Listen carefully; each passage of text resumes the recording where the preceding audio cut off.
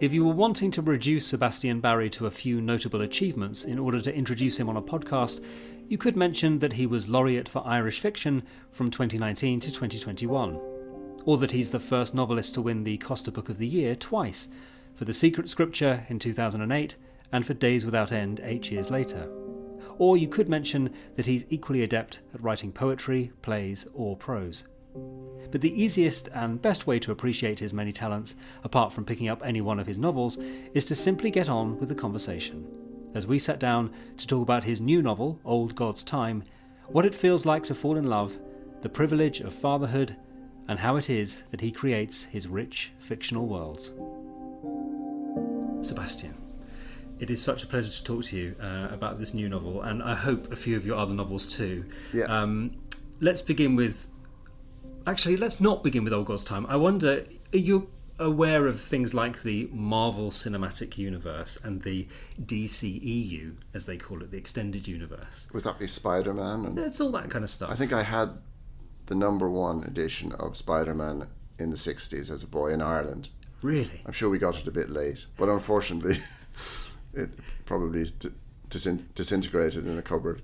Buried under a carpet. I believe it's quite valuable. It's probably worth a lot of money. That's as far as it might have gone. So the reason why I mentioned, you're looking at me very like, what is he talking about? The reason why I'm saying this is because I've coined in my own head a phrase which is the Sebastian Barry universe, because the novels that you have written have this lovely thing, which is when you read one of your novels, it's obviously a fantastic experience, and then when you read a second one, these names start to appear and you go, hang on a minute, that's the same surname as in that book or in that one, and you realise that there are these family connections, even though they're separated often by large periods of time.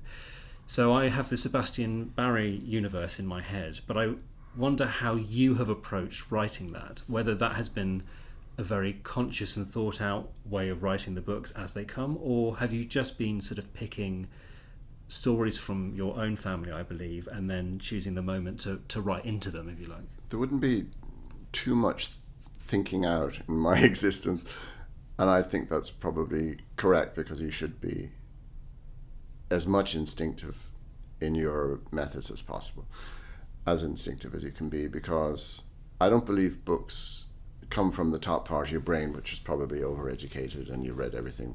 It's a completely different, separate bit of the brain. So you really have to try and get in there as a writer and find out what you have that could possibly transmute into a book.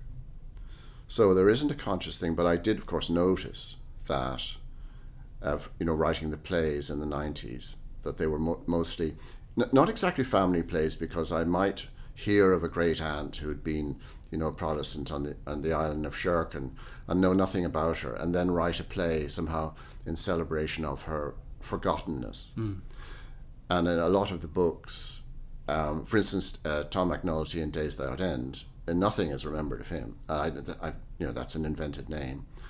My great uncle was at the Indian Wars. That's all I knew. So that's a tabula rasa. So, but whatever sort of brain I have responds to that.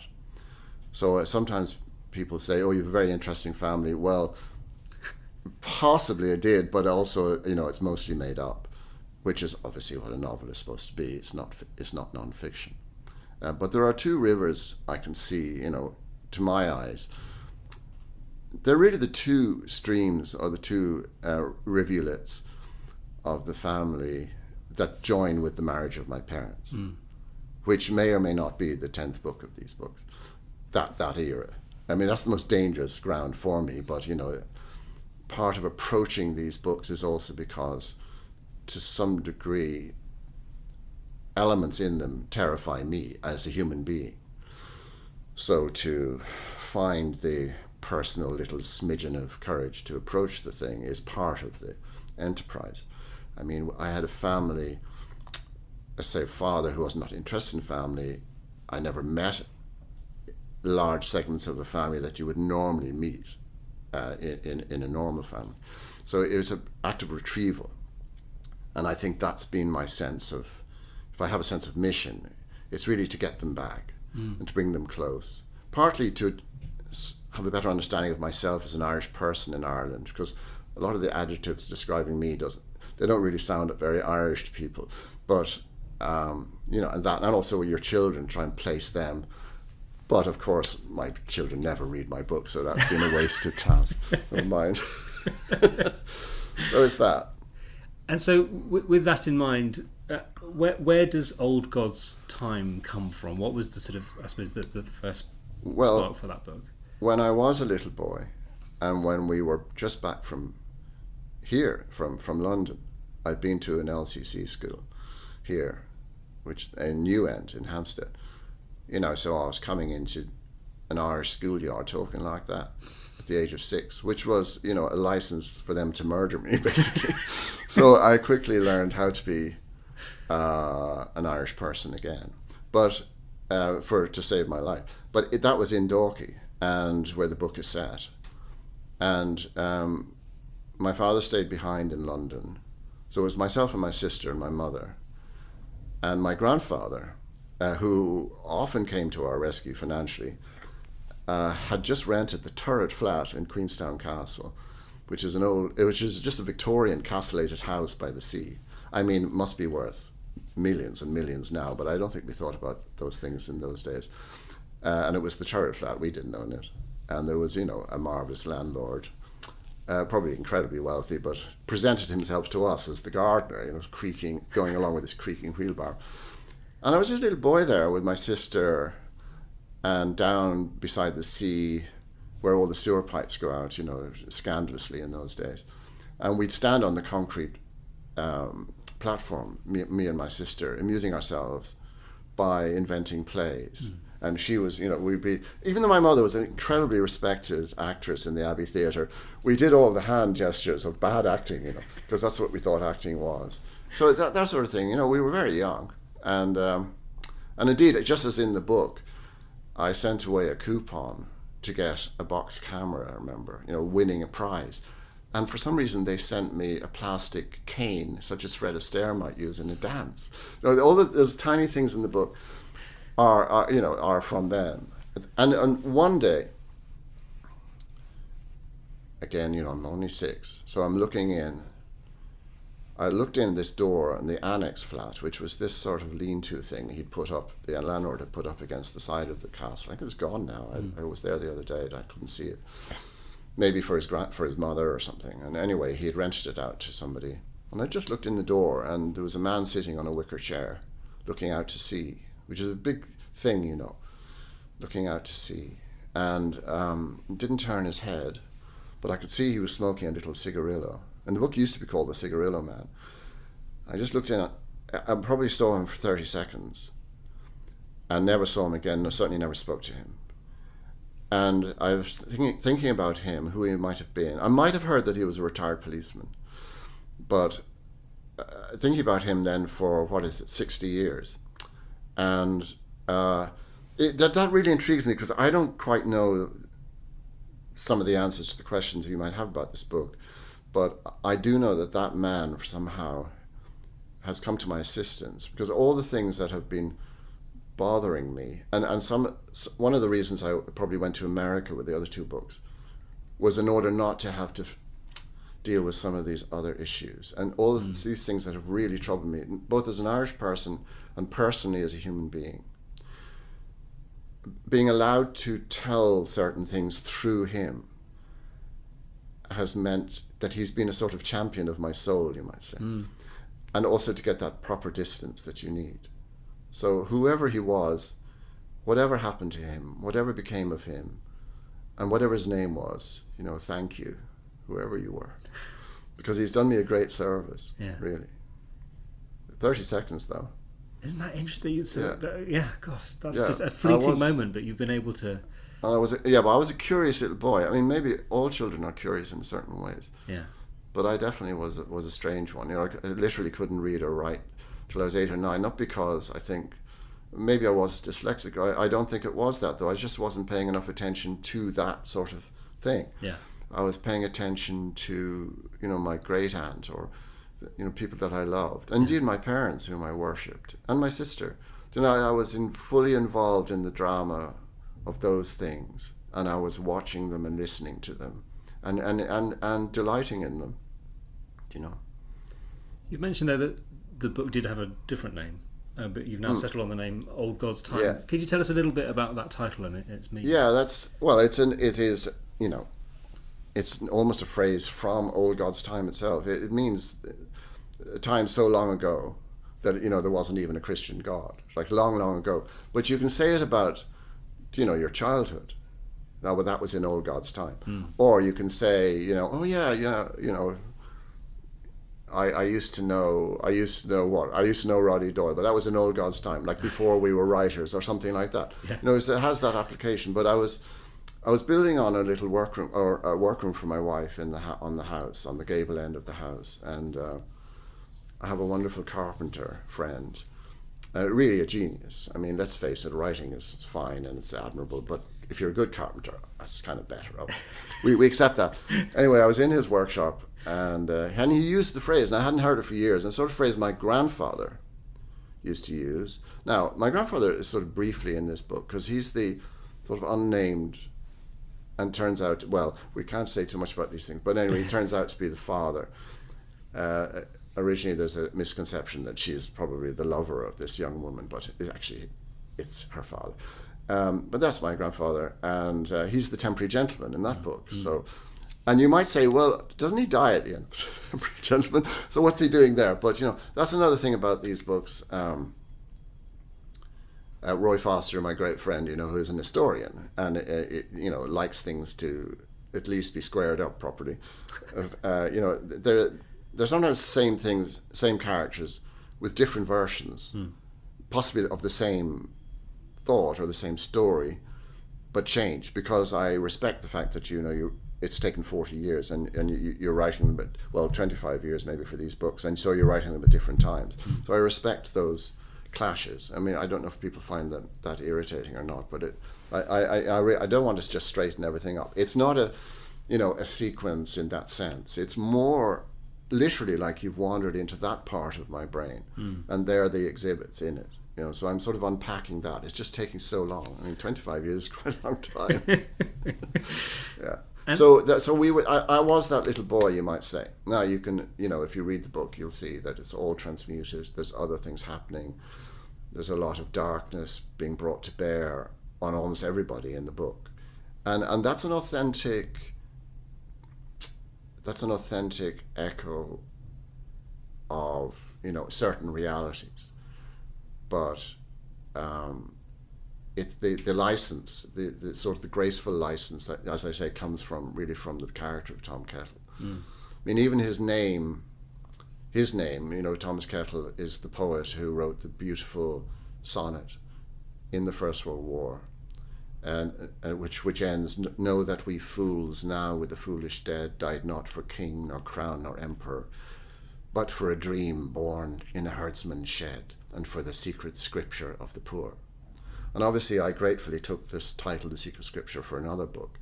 And I suppose I could, and I was tempted to call A Long, Long Way The Secret Scripture, but I didn't. So I used it just for another book. He's Thomas Kettle. So Tom Kettle is really my homage to the real Thomas Kettle, who obviously wasn't a policeman. He wasn't alive in the 90s or anything like that, but actually was a great figure in Dublin of his day and is totally forgotten now. He was a great essayist. But I'm very grateful to Tom for giving me the title of a book, at the very least. Yeah. I shouldn't talk about them as if they were still alive, but at the same time, Einstein does tell us that we don't understand time, that time is actually everything happening everywhere, all the same moment. So, yeah. Narrative time, poor novelists, doesn't really exist, but so that won't stop us. Well, that's interesting, because the narrative viewpoint, if you like, of this book is Tom Kettle, but he is moving backwards and forwards in time, and there is something very, I suppose, to use the well-worn phrase, unreliable about his narration, because of course it is affected by time, but also his ability to be truthful about the things that have happened in his life. Yeah. Did you know that you would be employing that kind of unreliability from the beginning? Was that an integral part of telling this story? No. I mean, my responsibility is like the child's, to see and hear and take down. So as the book unfolds, because I have no idea what's going to happen. I mean, I know something's going to happen, but I don't know what it is. And one thing borrows another thing. as Paul Muldoon says in a poem in another context, it was one damn thing after another, you might say. But things rise up to you. Some books remain stubbornly closed down, as if they just don't want to be butterflies. They'd rather be a larva, and that's fine. You've got to respect that as well. But other books seem to unfold in front of you. They shuck off various parts of themselves, and then the wings are being dried out in the sun. And the experience of writing this book was rather like that, where I was trusting the narrative almost like a reader. If I were to try and explain to myself some of the elements in the book, I would say, having referenced Einstein, because some of the material vis-a-vis Miss McNulty and her son actually belongs in the 60s from my memories. There is a sense that, and he does describe her flat as if everything in it belongs to the 60s, which he just notices. And it doesn't matter, you see, for him, what's going on in the book, because he's living it. Okay, so it's not going to faze him. But it's set in the mid-90s in Ireland, and yet there are rooms in that castle that I think belong to the 60s. So he has to negotiate that. But the reason for that is because he himself is deeply destabilized. I would say he's not so much unreliable, because actually the narrative is giving you an honest account of what's going on.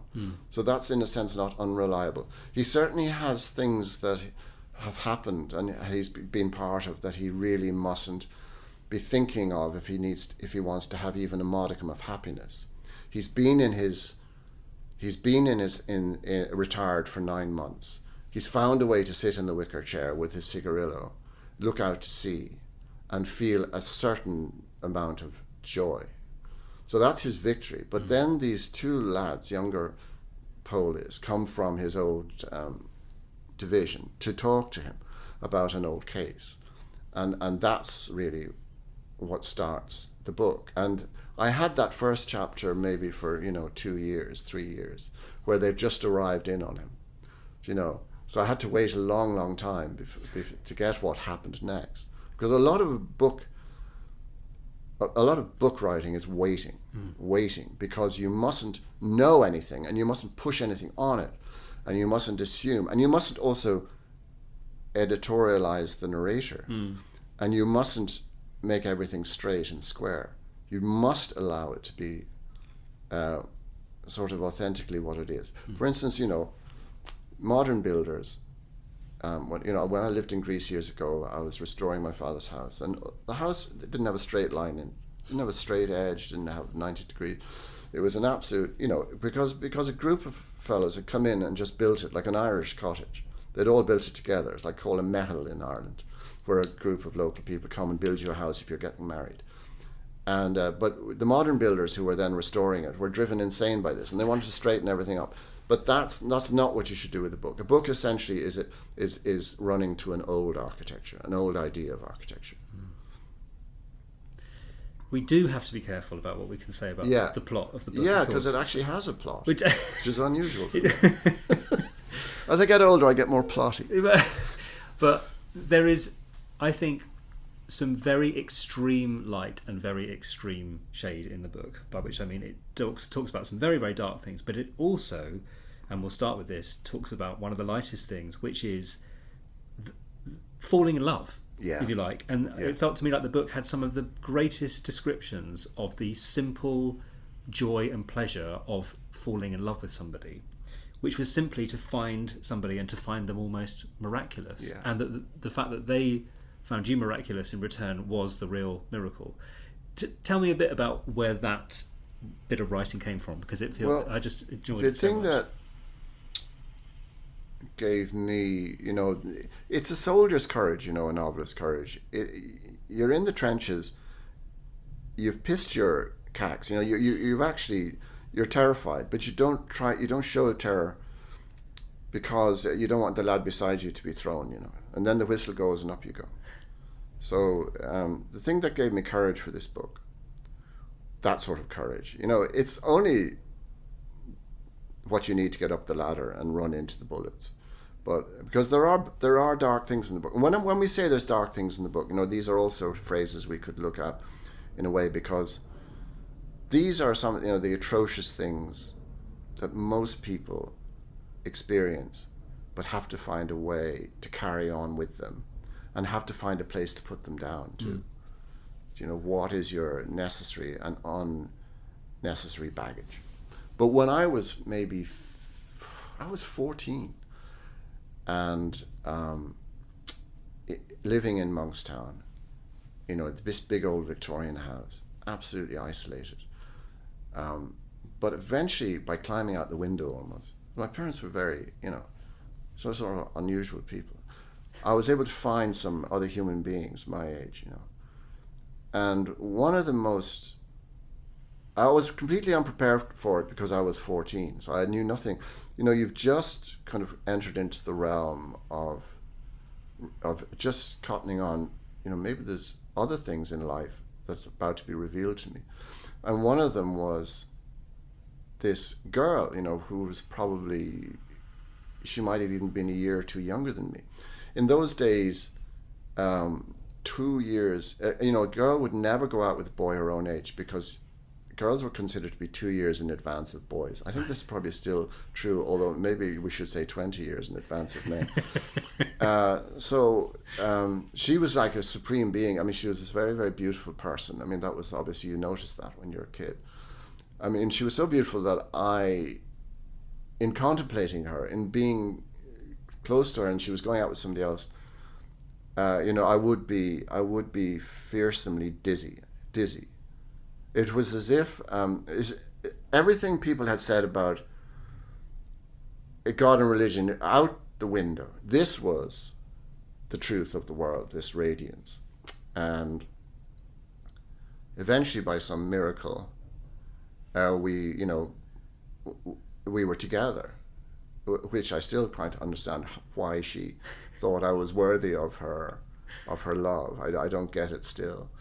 I mean, she did teach me how to smoke, and, you know, major. You don't know if you remember those. So, you know, that was kind of our pact. That was our loving pact. I'll teach you how to smoke. But I couldn't get over her. I didn't get over her. So and that feeling. So you might say, well, okay, that's kind of puppy love, or that's kids being in love. But actually, you know, you could actually found a religion on that love. Mm-hmm. I mean, maybe people have tried, because it's so absolute. It's as if you've gone as a little boy, you know, as a boy, from being a sort of darkened planet to, you know, bright sunshine. And as I say that, the sun has just sneaked in your window, which is rather wonderful. So it, you know, to retrieve, and so in the making of the book, to feel, it's not that I had to feel it again, because to be honest, when I met my wife many years later, it was the same thing. I was just older. I was 29. She was 27 again. You know, that 2-year gap was being respected. Very important. I was in a different way, but it was the equal feeling of, you know, you will serve that person. You will have absolute devotion towards that person because you've noticed the almost catastrophic radiance of them.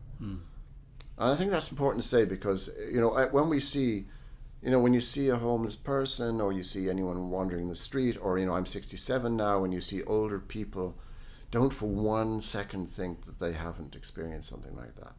And that's what keeps them, their heart beating and their brain turning over. And no matter what difficulties you're facing, you're able to do it because you've experienced that. That's the thing that's been given to you.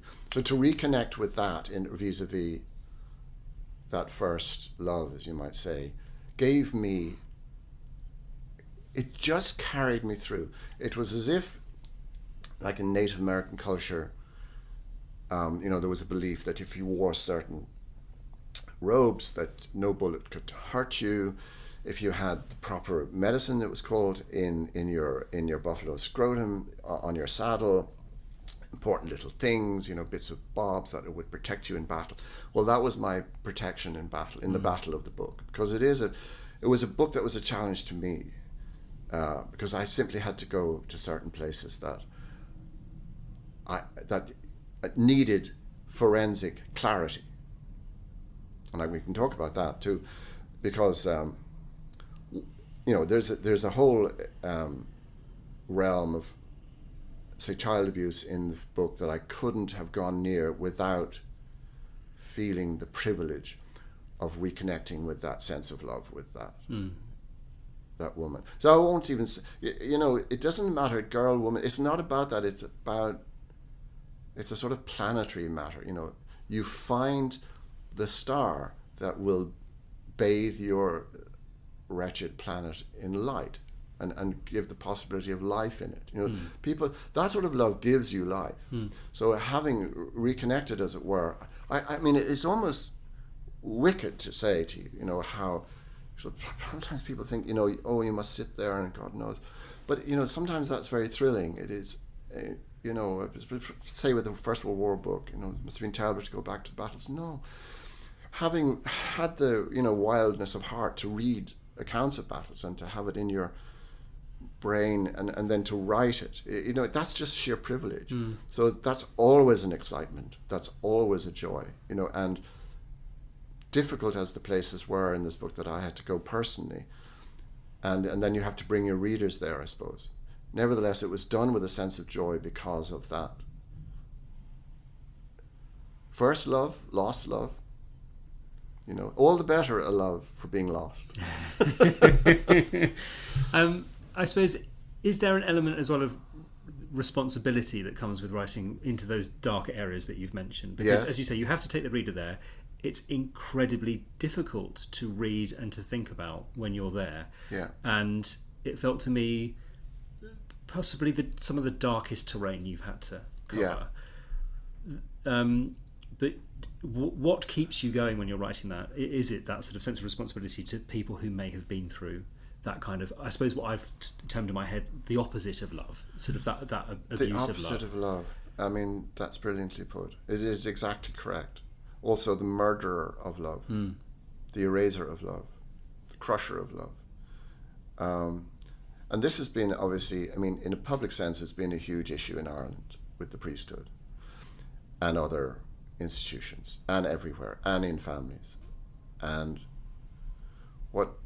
no one is sort of exempt, if we're honest about it. We've all touched on it somewhere, whether it's, a friend or sibling or yourself, or, and it's almost impossible to deal with. See, my thesis is, having thought about this, been obliged to think about it for 40 years, 50 years, is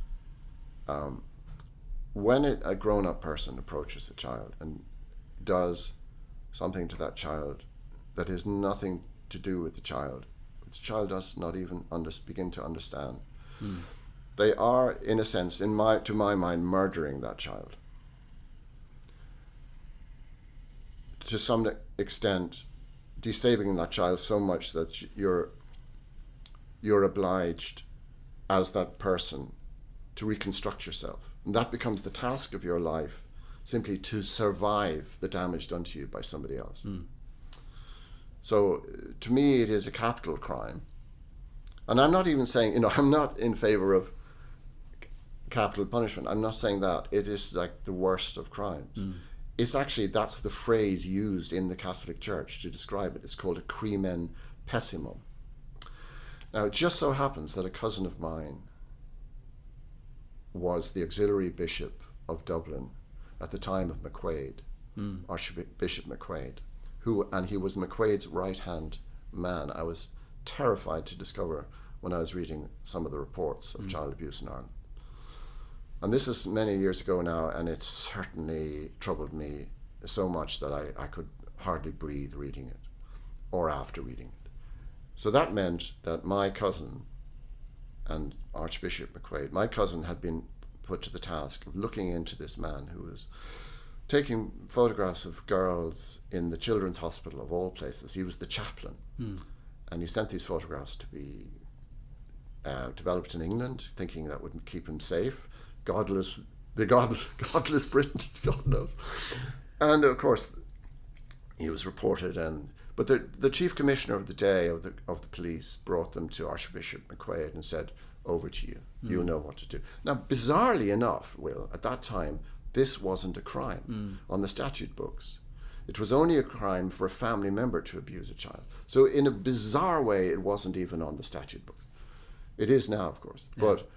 But so McQuaid obviously gave the stuff to my cousin. He looked into it, and he said to him, to his credit, "It is indeed a crimen pessimum, must be sent to Rome. This has to be tried at least in the ecclesiastical courts," which is what usually would have happened. McQuaid, disastrously, and I don't know if I can even avoid saying wickedly, said, no, this will cause scandal in the church. Yeah. We'll hide it. So then McQuaid was the head of Blackrock College, and just in the last few weeks, we've discovered that countless boys were abused in Blackrock College. So these things still haven't been connected together, but I think there was a great wickedness there. That's my feeling about it. Okay, so there you are. There's all the stuff. But my responsibility, what I found most frustrating in my own understanding of it is that when you try to describe it to somebody, what it is, visually, see, because it's obscene, isn't it? It's like the soldiers being killed in Vietnam. They used to show it on television, and then they decided not to do it anymore because it's obscene. But actually, you're probably better showing it, because then maybe you won't have so many wars, lads, So you never see it, I mean, I don't even, in the course of an interview like this, we don't want to bring up a visual image necessarily. But I wanted, just as in the Second World War, in the First World War book, I want to describe what soldiers went through precisely, forensically, with the mud and the rotten bodies and all the rest of it. So that if you wish to call an Irishman in British uniform in that war a traitor, at least you'd know what you were talking about. In a similar case, because I found that in discussing this over the years, over the decades with people, if you meet them a month later, they have no idea what you said to them because they've banished it. But we need to have an image of what it is, because if you call it child abuse, you call it this, you have nice names for it, or kind of occluding names for it, you're not talking about the thing anymore. But you need to be talking about the thing because you need to have that sense of utter rescue for people and mobilized sense of thing. And then what about justice? My great friend who's a senior counsel in Ireland talks about these, the nature of justice brought, justice system is almost helpless before these dark human things, so dark that they're invisible almost. So it's that I wanted to make some sort of effort to make as there's a book called The Darkness Visible, which is about depression, but I wanted to make certain darknesses visible because I thought if the reader will trust me, and it's also because I needed to tell you this through Tom Kettle, because unless you feel the same sense of mobilized justice as I do, I can't breathe. It's that. So there's an element of that, but at the same time, a book is written in a sort of joyous state. It's hard to explain the contradiction between those two things. I have had I've been heartened usually by readers over the years because, The Secret Scripture is a dark book in its own way, and certainly a long, long way. But readers are sort of fearless because, all the lads in the trenches, it's just there were no women there, so I have to say lads, but they were conscripted people. They were people in their jobs here in London, in Dublin, who well, in Ireland they were all volunteers actually, but in this country you're conscripted. So, it's ordinary, so-called ordinary people who are the most important thing we have. So in the trenches, and it's the same as, a reader might be frightened by something they're reading, but again, there's the person beside them. You don't want to spook them. When the whistle blows, you need to know. You need to go up the ladder. It's that, because I'm 67, so and I write peculiar books, and I just needed. I just thought it was important. I didn't know what I thought, but this is what I made out of all the storm that I've noticed that blows continuously and unstoppably around this thing we call child abuse, which to me is actually a form of child murder. You've mentioned your age there, and one of the many quotes in your book that I found myself underlining relates to that. The sentence is, "What age does to faces should be forbidden by statute," which made me laugh quite a lot as a man who's rapidly aging himself. But tell me a bit about aging, because this book is filled with thoughts about that and what it does to a person's body, but also, of course, what it does to their mind and their soul. I think the reason Tom has been such a pal to me is we're the same age. Last year I became a pensioner into all of intents and purposes. So I know what that is. And when you have the fortunate misfortune, as it were, to pass 60, there's a ticket of possible challenges ahead of you. And it's the same for him. You enter into a realm of medicine that to some degree you'd rather have absolutely nothing to do with. And you'd rather be 45 for the rest of your life. But, there it is. I mean, you're in the trenches. Okay, so it's the trenches of early old age, let's call it that. And, he's not a vain man. He's an ex-policeman. Actually, and a very, very good policeman. He has what's called the Walter Scott Medal, which is what the Gardaí have. Now, I am the proud holder twice of the Walter Scott Prize for Historical Fiction, but it's nothing to do with that Walter Scott or the very wonderful Duke of Buccleuch and his wife, Biz Scott, who gave that prize. It's actually, weirdly enough, there was a Colonel Walter Scott in New York, I think in 1923, who endowed the Gardaí for this medal. Anyway, so he has that medal, but I did delight in the name of the medal, I have to say. And he has not paid much heed to it. It's somewhere in the cupboard. And actually, he has already given it away in a way I can't say because it's part of the book. But he's a distinguished person. But he's been in the army before in the police. The only reason they took him in the police because he had become a sharpshooter in the army. Usually, if you'd been in a home as he was as a child, you wouldn't be. They certainly wouldn't take you in the police because it was a shame. You were a child. You were the spawn of the devil, basically, if you were illegitimate. But he's managed, much to his happiness, to get into the police because he's a sharpshooter. So, he's there, and now he's done his work. He's been retired. He's had a terrible couple of years before he has retired, as you will find out in the book. But he's made peace somehow with himself. He's achieved that thing that we all hope to achieve, a sort of balance in his life, which is about to be completely pulled out from underneath him. So my identification, he is kind of my ambassador of old age in that sense, or early old age, let's call it, mercifully. And we're in the same place on the notched stick of life, you might say. And one of the graces of love is that, I married somebody who not only was brilliant but also happened to be beautiful, and I can see how she feels about getting a bit older.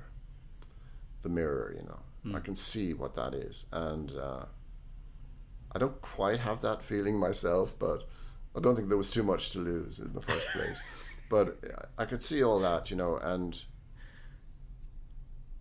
he's a man who'll count his blessings, and I think that if I've learned anything, I think that's the only recourse we have to the challenges put before us, to just keep reminding yourself. I think they call it positive thinking or something, but I'm sure there's a name for it in America, in California. But he's like that, and he's, what I like about him, I mean, for some reason, I'm not in the slightest bit humorous or funny, or nobody ever laughs at anything I say, except maybe sometimes in an event where you're freed from yourself, and you're probably working out a completely different part of your brain. And sometimes you do say maybe it's boyish humor, I don't know, but anyway, audiences are kind enough to do that lovely thing audiences do with this little wave of laughter. Now, of course, having said that, no one will ever laugh at anything I ever say. But he has wit, he has wit. I like the way he's funny even on his own. He doesn't. It's not that he doesn't take himself seriously, but he certainly takes a lot of things seriously. But he doesn't take, getting wet in the rain very seriously. Yeah. If I might tell you, there's an orange togs figure in that book, and this is the way I make a book. Everything outside of a book kind of draws. It's like a magnet.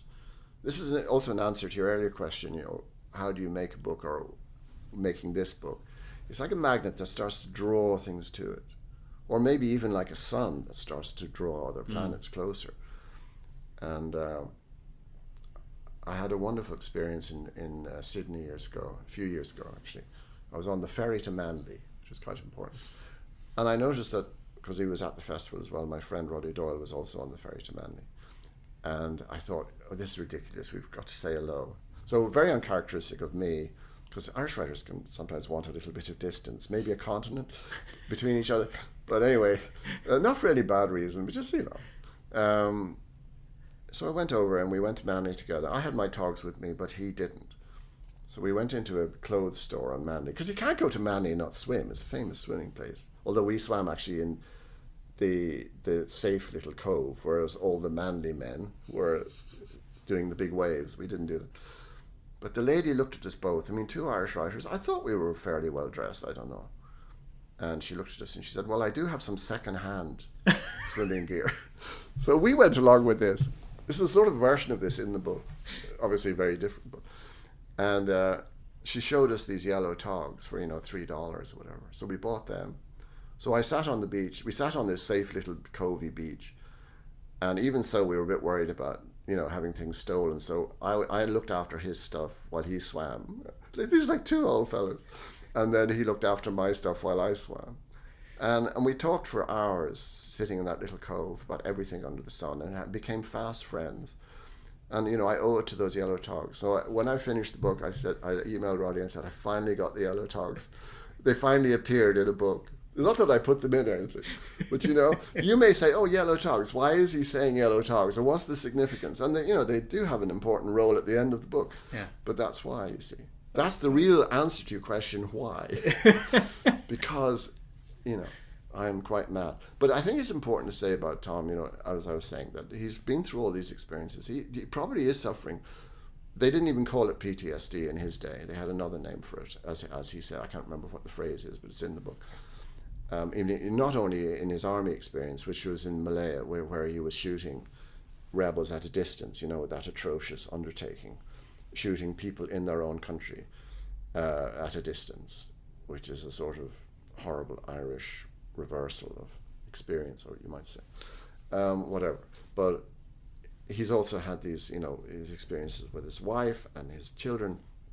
So, he's pretty beat up, and also he is older, and there is a slippage. It's not that he's unreliable, but I think there is a slippage in his brain. But the important thing is, the book's written in third person.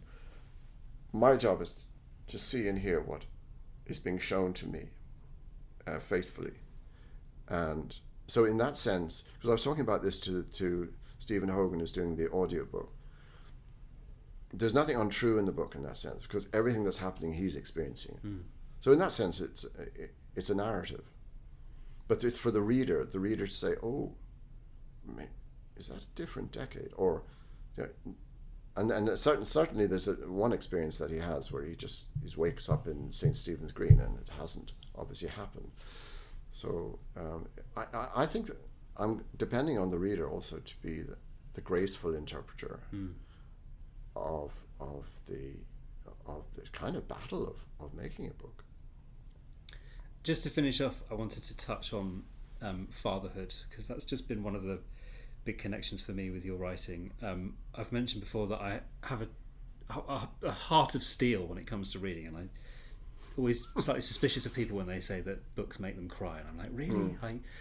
But then I found myself, when my first son was about a year old, and I happened to be in Alicante of all places, and having to hold him at night in order to keep him asleep, and we were in a weird place and he was very unsettled, as I was reading A Long Long Way, a novel which is very much sort of centered around a father and son and their relationship, and has a devastating ending, which I won't go into for anybody who hasn't read the book. You must read it.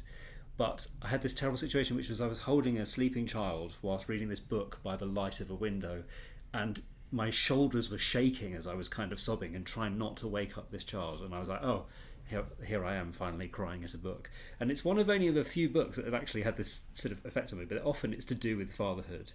You've dedicated this most recent book to your son, and I know that obviously your relationship with your son has informed the two books before that as well. Well, this is a different son, this book. Yes. Yeah. So, but both of your sons, obviously, you have an extremely sort of close and important relationship with them both. And I just wonder how fatherhood has, if you like, informed your writing, and particularly, I suppose, the emotional impact of it. You can probably get by in the world. Well, obviously, many do without being a parent or anything.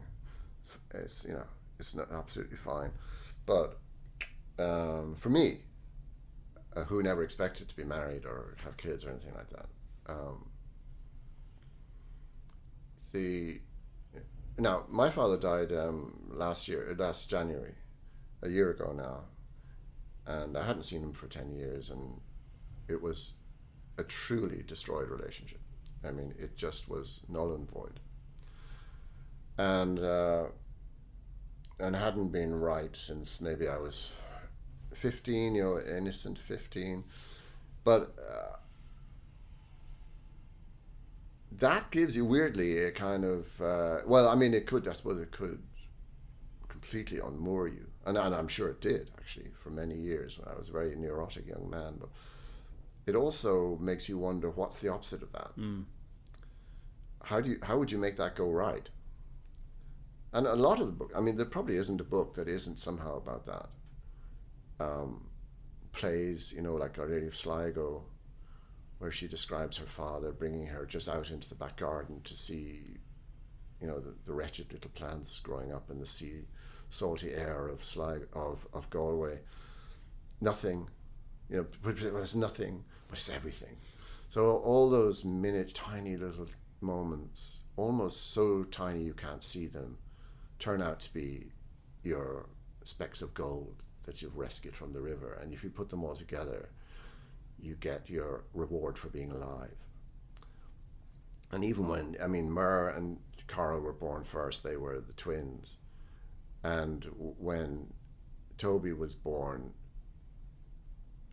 because I knew the privilege of having the twins, the bloody hard work of having the twins, never so exhausted. I hadn't even had the kids and I was exhausted.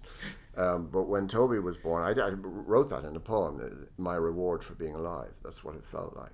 So this was it's like the recompense given you by the gods in place of what maybe you were denied or you just didn't have by chance or by the narrative given to you. So the contemplation, I say, of my children, sons, these two sons in particular, A Thousand Moons is dedicated to, mysteriously, to C, but I think it's fair to say that that's my daughter, because she didn't want her name on it. They're so strict, really, these children, but never mind. They don't allow you to do anything, but it's fine.